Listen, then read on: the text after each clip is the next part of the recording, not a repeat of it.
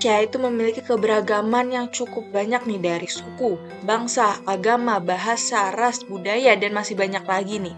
Nah, perbedaan tersebut malah memicu adanya perbedaan perspektif, pandangan, angle dari suatu hal yang diterima oleh masyarakat Indonesia. Namun, hal itu malah menjadi keunikan dari masyarakat Indonesia karena perbedaan tersebut malah menjadi persatuan dari masyarakat Indonesia. Sebagai contoh, di era globalisasi saat inilah ya, munculnya berbagai banyak teknologi, salah satunya itu dari teknologi media massa, yang dimana media massa ini berkembang cukup pesat kan dari awalnya media cetak hingga media elektronik yang dimana semua orang bisa memperoleh informasi dan juga berita secara cepat dan juga pesat gitu.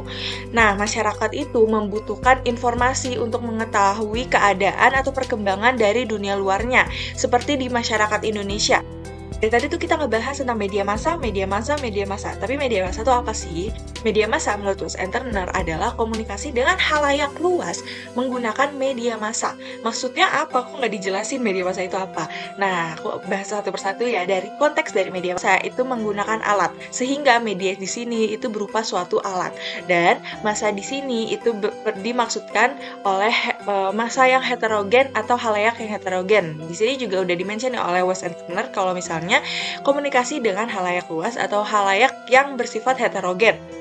Nah, konteks yang lainnya, media massa itu bersifat lembaga, terus dia satu arah atau dua arah, terbuka, terus dia heterogen, dan juga yang tadi aku udah mention kalau misalnya dia itu menggunakan suatu alat. Maksudnya alat di sini tuh apa? Sebagai media, sebagai contoh yang kita ketemu nih sehari-hari kayak televisi, radio, surat kabar, berita, film, bioskop. Nah, itu termasuk dari media massa. Hal itu bermanfaat untuk menyampaikan suatu informasi, edukasi, motivasi, dan juga suatu hiburan kepada masyarakat di Indonesia atau di dunia. Tentunya adanya inovasi baru, suatu teknologi apalagi yang seperti media massa ini berkembang secara pesat dan cepat, itu membuat suatu dampak positif atau dampak negatif nih. Karena kan media mampu mempengaruhi cara pandang atau reaksi masyarakat setelah menerima berita informasi tersebut. Sehingga ini sesuai nih ini adalah inti dari apa yang kita bahas, yaitu apakah kehadiran media massa itu menjadi perekat ataupun pemecah belah masyarakat.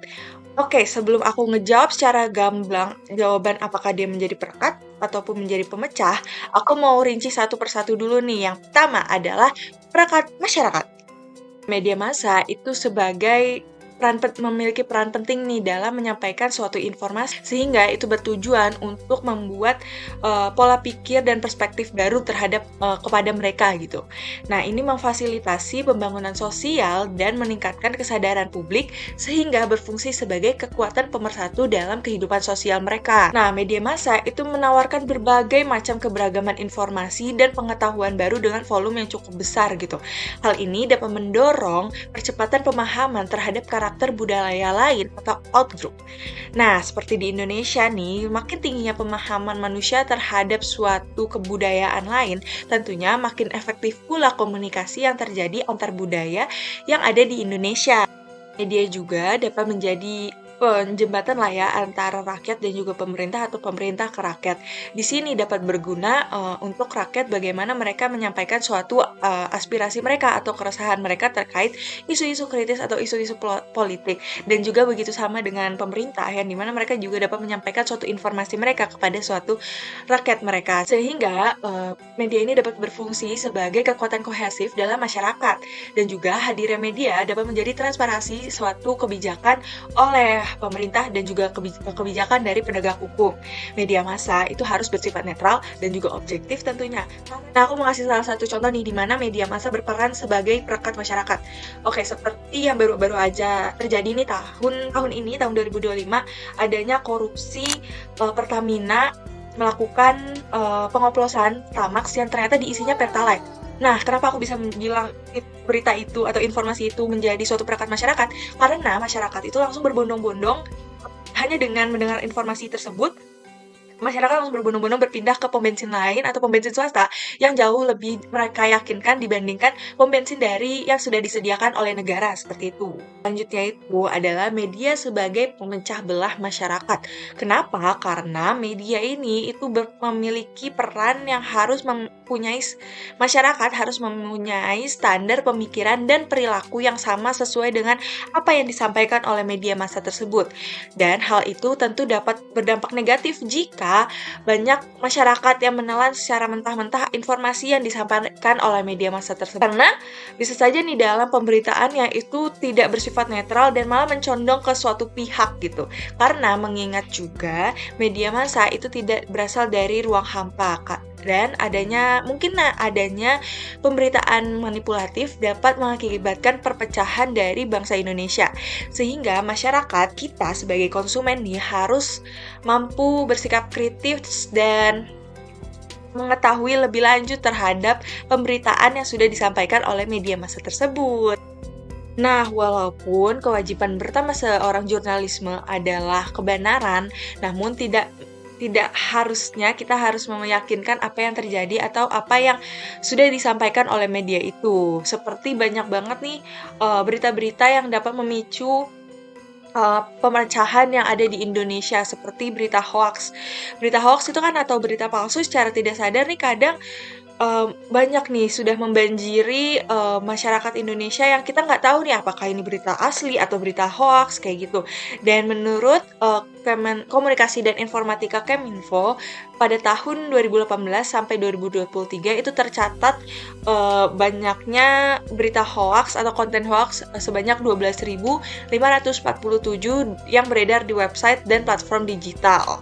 Kemajuan teknologi ini itu nggak cuma berdampak positif juga kan guys, bisa dilihat juga dari segi negatifnya, yaitu berita-berita hoax yang sudah aku mention tadi.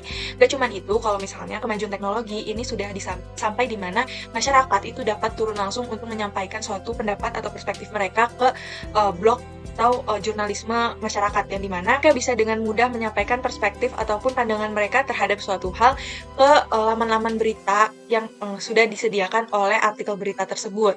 Tips terhindar dari berita hoax. Yang pertama ada kita harus kritis sebagai konsumen atau sebagai masyarakat. Kita nggak hanya langsung membaca, oh ini headline-nya nih kayak, oh ini bener nih. Kita nggak boleh kayak gitu. Kita harus kritis terhadap apa yang sudah kita baca. 2, verifikasi sumbernya.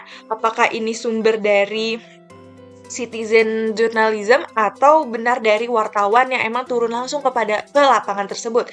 Yang ketiga, periksa faktanya. Kita nggak cuma harus melihat dari satu artikel misalnya, kita harus lihat dari berbagai macam artikel untuk mengetahui apakah fakta tersebut benar adanya atau tidak.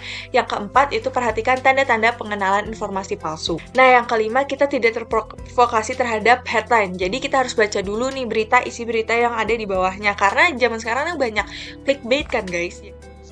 Nah, hadirnya media massa itu dapat menimbulkan adanya teori jarum suntik atau bullet teori, yang dimana informasi yang ada di dalam jarum suntik itu ditusukkan kepada masyarakat atau suatu manusia, dan informasi tersebut langsung menyebar ke masyarakat Indonesia, sama seperti ibaratnya kayak informasi langsung diterang secara bulat-bulat oleh masyarakat tersebut tanpa adanya riset terlebih dahulu.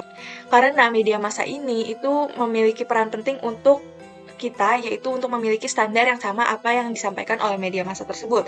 Nah, kadang kan media massa tuh nggak selalu akurat, faktual, dan juga kadang bisa bersifat manipulatif gitu kan. Karena hal itu kita harus bijak dalam menerima informasi yang ada. Tidak hanya kita telan secara mentah-mentah apa yang disampaikan oleh media massa tersebut. Kita bisa tarik nih kesimpulannya, apakah media massa dapat berperan sebagai pemecah atau perekat masyarakat. Nah, kita bisa lihat dari bagaimana seorang pengguna atau masyarakat atau konsumen menggunakan teknologi media massa ini. Apakah mereka menggunakannya dengan baik atau dengan buruk? Jadi sebagai masyarakat Indonesia, kita harus bijak dan juga kita harus secara kritis dalam menggunakan suatu alat teknologi media massa ini guys.